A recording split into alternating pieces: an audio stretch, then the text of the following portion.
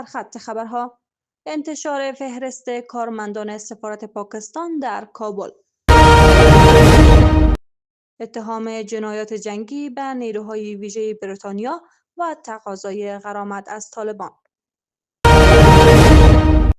اعتراض مردم بدخشان به استخراج معادن توسط طالبان و دیدار ترامپ و زاکربرگ در فلوریدا. سلام به خبرهای این ساعت. با من زهرا سروری از کانال خبری دنیای خبر خوش آمدید. روند سبز به رهبری امرالله صالح، معاون پیشین ریاست جمهوری افغانستان، فهرستی از 166 کارمند سفارت پاکستان در کابل را منتشر کرد.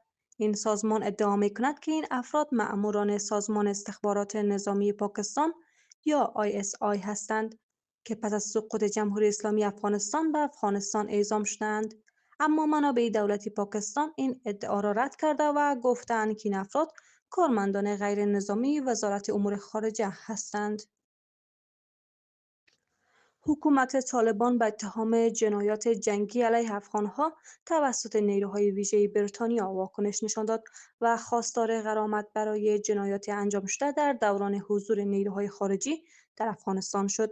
این اتهامات پس از انتشار گزارشی درباره اجازه طلایی و نیروهای بریتانیایی برای کشتن افراد بدون مجازات مطرح شد. باشندگان ولسوالی شهر بزرگ بدخشان به دلیل واگذاری معادن به افراد غیر محلی توسط طالبان اعتراض کردند. مردم میگویند طالبان برخلاف وعده‌های خود مردم محل را در استخراج معادن مشارکت نداده و زمین‌های شخصی را غصب کرده‌اند. آنها خواهان بهره‌برداری عادلانه از منابع معدنی و اشتغالزایی برای مردم هستند.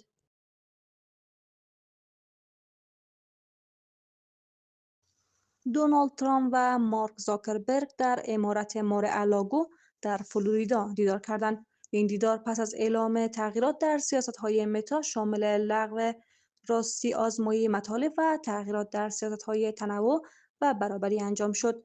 این تغییرات با استقبال ترامپ و حامیانش روبرو شد، اما جو بایدن آن را شرم‌آور خواند. سپاس بیننده‌های عزیز از توجهتان. وقتتان خوش. خدا نگهدار.